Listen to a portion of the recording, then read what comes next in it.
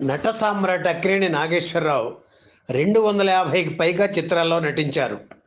Career ప్రారంభంలో కొన్ని చిత్రాల్లో తప్ప మిగిలిన అన్నింటిలో ఆయన విగ్గు పెట్టుకుని నటించారు. అక్కినేని విగ్గు లేకుండా నటించిన ఏకైక చిత్రం సీతారామయ్య గారి మనవరాలు.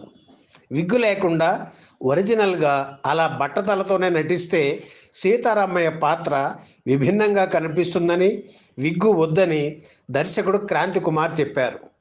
అంతవరకు లేనిది ఇప్పుడెందుకని విగ్గు లేకుండా నటించడానికి అక్కినేని మొదట నిరాకరించారు. ఆయన ఒప్పించడానికి క్రాంతి కుమార్ చాలా ప్రయత్నించాల్సి వచ్చింది. విగ్గు లేకుండా విగ్గుతోనూ గెటప్ స్టిల్స్ తీసి ఫైనలైజ్ చేద్దామని ఆయన అంటే అక్కినేని సరే అన్నారు. అలా 2 రకాలుగాను స్టిల్స్ తీశారు. అందరికీ చూపించి అభిప్రాయం అడిగారు. అక్కినేని, అన్నపూర్ణ, నాగార్జున తదితరులు కూడా విగ్గు లేకుండా నటించమని సలహా ఇవ్వడంతో అప్పుడు గ్రీన్ సిగ్నల్ ఇచ్చారు అక్కినేని.